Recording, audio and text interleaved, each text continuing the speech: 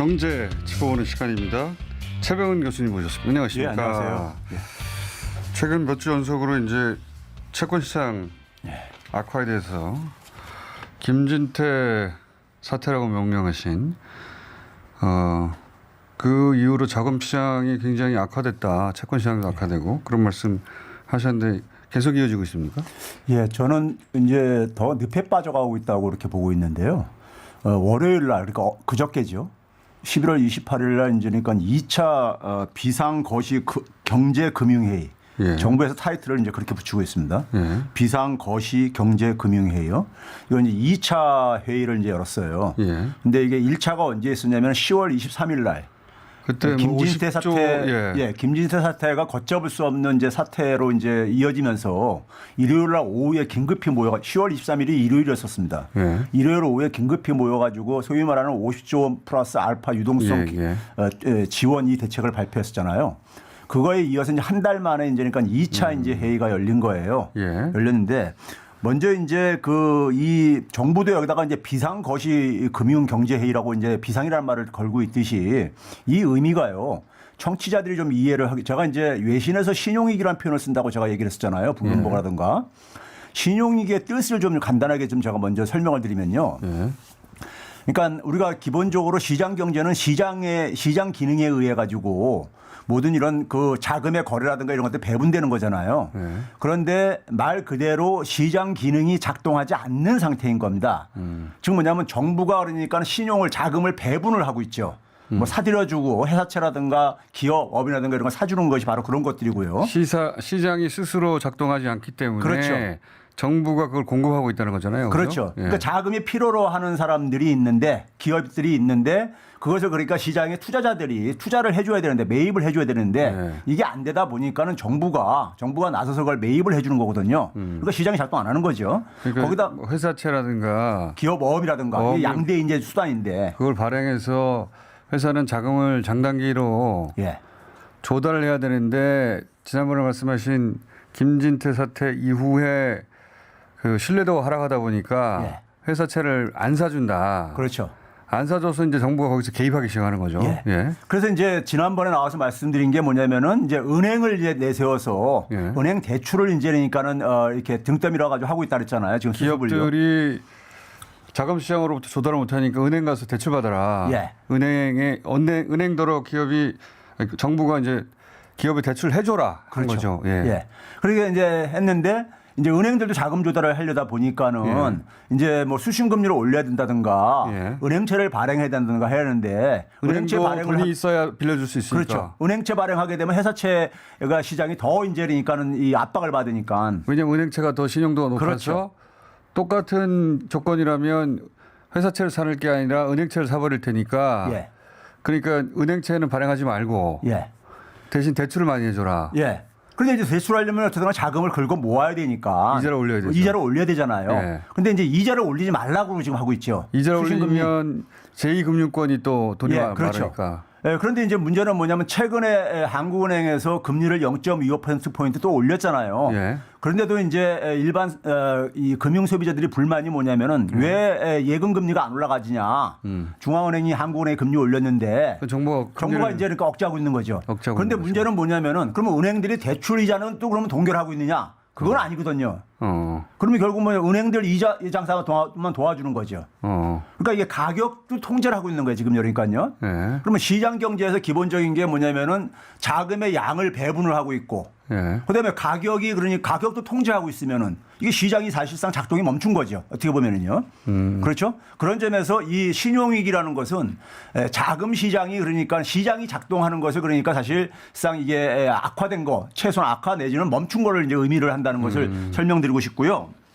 시장이 스스로 돌아가지 않는다. 그렇죠. 이게 이제 가장 이제 큰 문제인 거예요. 자금 시장이. 자, 그러다 보니까 이제 정부가 일일이 개입을 하는 거죠. 양과 가격에 막 개입을 해서 하는데 문제는 그랬을 때 우리가 경제 이론적으로 많은 부작용이 생긴다고 얘기를 하죠. 얘기를 하는데 그 얘기는 뭐 차치하고 이번에 이제 28일 날 비상거시 금융경제회의하고 1차 때하고 내용의 차이를 먼저 잠깐 설명을 드린다면요. 일단 이제 채권이 채권 발행해서 자금 조달이 안 되다 보니까는 1차 때도 그러니까는 채안 펀드라고 채권 안정 기금 펀드를 조성을 했었잖아요. 예, 예. 했었는데 이번에도 그러니까 거의 5조 원을 더 증액을 했어요. 2차 이제니까요. 그 돈으로 채권을 사주는 거죠. 그렇죠. 네. 이게 이제 주로 이제 뭐냐면 증권들을 발행을 도와주는 유통을 도와주는 게 증권회사들을 중심으로 해서 이런 이제 그러니까 자산운용사 이런 데들인데 이들을 이제 그러니까 1차 때는 대규모 그러니까 증권회사들만 이제 참여를 시켰었는데 이번에는 그러니까 80여 개 이상의 그러니까 대다수를 다 참여시켜가지고 돈들을 좀 객출을 해가지고 이 채권을 좀 사줘야 되지 않겠느냐 해가지고 이 5조 원을 이제 플러스 이제 증액을 했단 말이에요.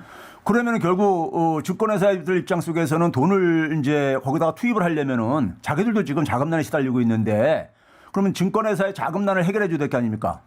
그래서 나타난 게 뭐냐. 그래서 이제 거기에 대한 이제 그러니까 대안으로 구한 게 뭐냐면 한국은행이 이제 그러니까는 한국은행이 이들 이제 그러니까는 이 채권 안정 기금에 돈을 투입하는 금융회사들한테 돈을 지원해 주는 거. 그러니까 소위 말해서 이제 이들이 매입한 기업원이라든가 채권을 담보로 해가지고 담보로 해서 그걸 이제 그러니까 소위 말해서 우리가 RP라고 흔히 하는데 그걸 해가지고 RP를 매입을 해주는 거죠. 한국은행이요.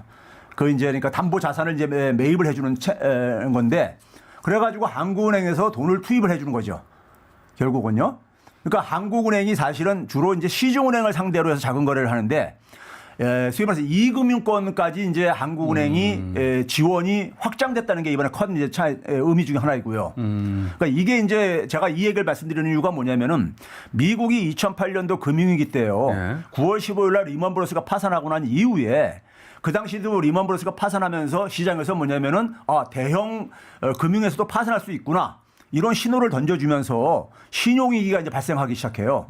그러면서 미국도 마찬가지로 이런 기업엄이라든가 그다음에 이제 뭐 이 기업들의 자금 조달 수단인 상품들이 이게 발행이 안 되어져요. 이게 거래가 안 되어지고요. 시장이 떨어졌으니까. 그래서 한 게 뭐냐면은 중앙은행인 연준이 개입을 해가지고 달러를 찍어가지고 대규모로 찍어가지고 그걸 다 매입을 해주죠. 모든 상품들을 다 매입을 해줘가지고 한 4, 5년 만에 그걸 진정시킵니다. 진정시켜요. 그랬는데 그 사태가 지금 그 사태의 초기 모습이 지금 그러니까 한국은행이 지금 하고 있는 거예요. 사실상이요.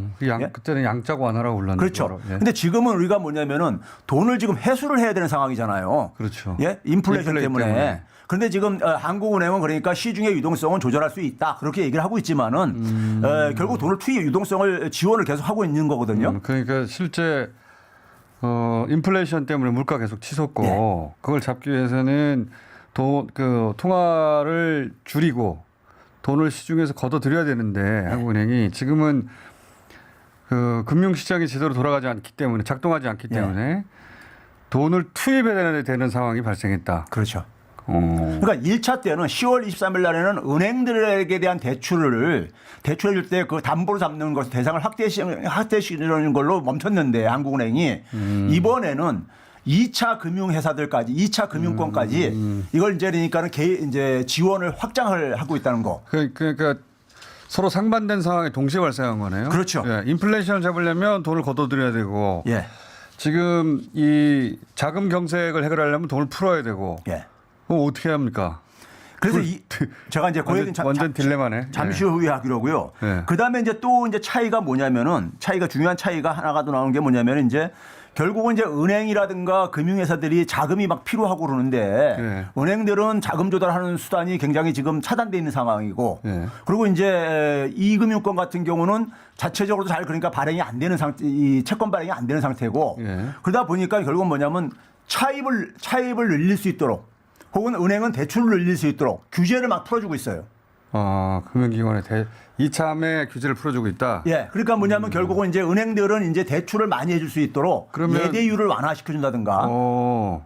근데 지금 부동산이 심각해서 또 가계부채가 심각해서 그 대출을 묶어뒀잖아요. 그걸 풀어주기 시작했어요, 다시? 그렇죠. 은행들이 대출을 그러니까 예금 대비해가지고 대출을 가능한 한 그러니까는 최소화하게 하는 것이 은행이 부실화되는 걸 막는 장치에서 그걸 하고 있는 거거든요.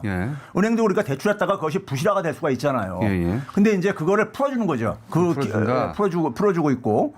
그 다음에 뭐냐면 이제 이금융권에 대해서도 차입을 더 그러니까 풀어주고 있어요. 차입을 늘릴 수 있도록. 그러면 은행권이 부실화될 수 있는 거 아닙니까? 그렇죠. 은행뿐만 아니라 이금융권 도 마찬가지고 이게 이제 그러니까는 일단 그런 점에서 이제 시간 벌기 이게 돌려막기 막 이런 게 계속 이제 연장되고 있는 거죠.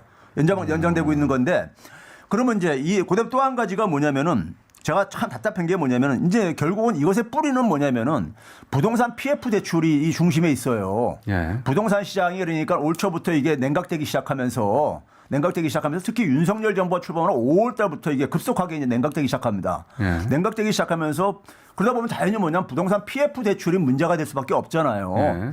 그래서 PF 대출이 대개가 사고가 나는 게 뭐냐면은 이게 뭐 미분양이 된다든가 예. 하게 되면 이제 그러니까는 이 대출금을 이제 회수를 이제 못할 게 아닙니까요. 건설사하고 분양사들이 지금 굉장히 그 아슬아슬하겠죠 지금. 그렇죠. 예. 그래서 이 보증을 PF 대출 사업이 이게 그러니까 붕괴되지 않게 하기 위해서 이걸 보증을 해주고 잠깐 네. 보증금을 늘리고 있거든요 지금요. 늘리고 있는데 문제는 이게 그러니까 늘린다고 해결되는 문제가 아니라 부동산 경기가 살아나지 않는 한에 있어서는 이거는 부실화될 수밖에 없는 거잖아요 결국은요. 그렇죠. 분양이 안 되면 할 수가 없는 거죠. 그렇죠. 지금. 이거 예. 어떻게 막을 수가 없는 거잖아요. 예. 억지로 뭐 그러니까 부동산 매입해주라고 할 수도 없고. 건설사가 망하는 수밖에 없는 거죠 사실은. 그렇죠. 그러다 보니까 이제 임대사업자 등록제도 그러니까 다시 완화한다고 지금 하고 있고 그러니까 부동산 시장 살리기 위해서 네. 하고 있는데 자 지금 부동산 PF 대출에 대해서 위험성이 이미 그러니까 상반기부터 나타나기 시작했는데 이걸 정부가 점검하기 시작한 것이 7월 1일부터 금융감독원이 이걸 점검을 시작을 해요.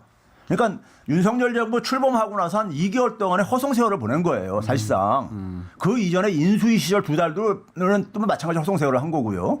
그러면 그 상황 속에서 PF 대출을만 점검을 했다면은 김진태 사태가 강원도의 PF 대출 사업이에요. 이거를 일어나지 않게 만들었어야 되는 거죠. 근데 이거를 그냥 이렇게 방치를 해버린 거예요, 사실상. 근데 거기다가 뭐냐면은 지금 정부가 가장 이제 이 국가 경제의 어떤 위기라고 얘기하면서 얘기하는 것이 수출을 얘기하잖아요. 수출이요. 예. 수출만 살 길이다. 대통령도 막 이런 얘기 하고 있고 그다음에 이제 이 자금 시장에서 이제 지금 가장 핵심에 있는 것이 부동산 PF 대출이란 말이에요. 예. 이 두 개하고 관련돼 있는 게 바로 뭐냐? 이번에 그러니까 우리가 소위 말해서 화물연대 예. 이 파워 문제가 여기에 관련돼 있는 거예요. 그러니까 이게 수출의 물류 문제가 관련돼 있다 그렇죠. 보니까 그런 거고 부동산 PF 대출도 시멘트 공급이라든가 레미콘 그렇죠. 이거와 관련돼 있는 거잖아요. 네. 그런데 시청자들이 그러니까 기억이 안 나서 그러는데 윤석열 정부 출범하자마자 6월 초에 파업이 있었잖아요. 있었죠. 화물연대가요. 있었죠. 6월 7일부터 6월 15일까지 8일간 있었습니다. 예. 그때 파업을 했을 때 지금 원희룡 국토부 장관이 그 당시도 국토부 장관이었었으니까요. 윤석열 국토부하고 화물연대가 합의를 봤잖아요. 안전운임제에 대한 안전운임제 그러니까 이거 해결하겠다는 것을 예. 그리고 이제 품목 확대했었고 이거를 이제 논의를 하겠다고 합의를 봤잖아요. 근데 이거를 5개월 넘게 방치를 한 거예요, 사실은요. 예. 방치를 하고 이제 와서 그러니까 지금 정부가 얘기하는 수출 위기, 그다음에 PF 대출 사업 부실화 이거를 걱정을 하면서 화물연대 파업을 그러니까 사실 때려잡으려고 하죠. 화물연대 파업을 그냥 어쨌든 이걸 초래한 거 아닙니까? 어떻게 보면요. 이걸 막았어야죠. 이게 진짜 만약에 수출하고 이 PF 대출 사업이 걱정된다면은. 근데 이걸 그냥 방치를 한 거죠. 어떻게 보면은요. 그런 점에서 정부가 그러니까 그동안의 자금 시장 악화를 이걸 관리하기보다는 위기를 계속해서 키워온 거죠. 전부 다 그렇다. 예. 그런 점에서 지금 이제 그러니까는 신용위기는 이게 그러니까 예정됐던 것이 아니라 정책 실패, 정치 실패의 결과라는 겁니다. 지금 지난주하고 지지난주 그리고 거의 뭐 한 달 가까이 계속 김진태 레고 사태 이후로 계속 이어지는 상황인데 교수님 말씀을 듣고 보면은 이게 점점 심화되고 있는 거네요. 그렇죠. 해결이 되는 게 아니라 신용위기가 계속 심화되고 있는 거 아닙니까 지금? 그렇죠. 지금 늪에 빠지는 거죠. 그러니까 시간만 벌고 지금 빨리 대외적인 환경이 개선되기를 연준이 그러니까 금리 인상 멈추고 혹은 금리 인하로 전환하고 해가지고 대외 금융 환경이 좀 완화되기를 이걸 기다리는 소위 말해서 소위 천수답이라고 그러죠. 이런 지금 저거고요. 사실 윤석열 정부가 처음부터 이제 이게 꼬이기 시작한 것이 이 한전채 문제예요. 한전이 그러니까는 작년에 그러니까는 우리가 21년 들어서 가지고 원유 가격이 서부 텍사스산 원유를 기준으로 했을 때 한 1월 달에 $50에서 우크라이나 전쟁 터지기 전까지 한 $90까지 쫙 올라가고 있었습니다. 네. 그러다 보니까 당연히 뭐냐면 적자가 나죠. 영업 손실이 생기죠. 한전이요. 그래서 한전이 뭐냐면 작년 6월 달부터 한전채 발행이 그러니까 급증하기 시작합니다. 그 적자 메우려다 보니까요. 그리고 이제 올해 들어와서도 계속 이어졌고요. 네. 근데 이걸 방치를 한 거죠, 그냥요. 방치를 한 이유가 이제 우리가 일부에서는 한전 민영화 이제니까는 민영화를 간다고 하는데 이걸로 이제 연계시키는 사람들도 있고 그러는데 그 합리적인 의혹이라고 저는 생각이 들고요. 그러니까 적자가 많이 생겨서 한전이 부실화됐으니 할 수 없이 민영화해야 된다라는 논리를 위해서 대책을 안 내놓고 있었다. 그렇죠. 한전이 적자가 이제 영업 손실이 증가하면서 거기 대응을 했던 게 뭐냐면은 올해 들어와서도 계속해서 한전채 발행을 막 이제 발행을 증가시켜 왔습니다.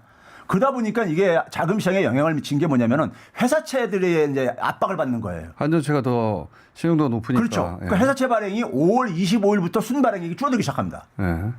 그러니까 이 한전채를 방치함으로써 자금 시장 악화를 회사채부터 그 당시 나머지 자금 시장은 괜찮았는데 회사채가 그러니까 마이너스로 순발행이 돌아서기 시작해요. 5월 25일부터요. 한전채가 많이 나오니까 시중에. 예. 그러니까 결국은 뭐냐면 자금 시장 악화를 이 한전의 문제를 제대로 이거를 관리하지 못함으로써 그 회사채의 자금 악화를 초래했던 것이고요. 그것이 이제 소위 말해서 김진태 사태로 이어지면서 PF 대출 사업으로 이어지면서 자금 시장이 걷잡을 수 없는 상황으로 이게 빠져들어간 거죠.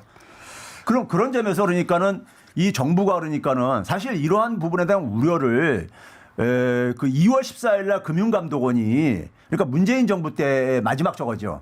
2월 14일 날에 그러니까 올해 그러니까는 그 금융대책 업무의 그러니까 핵심 업무로서 지적했던 것들이에요. 지적했던 것들이 뭐냐면은 부동산 등을 비롯해서 자산 가격에 그러니까 충격이 올 수가 있다.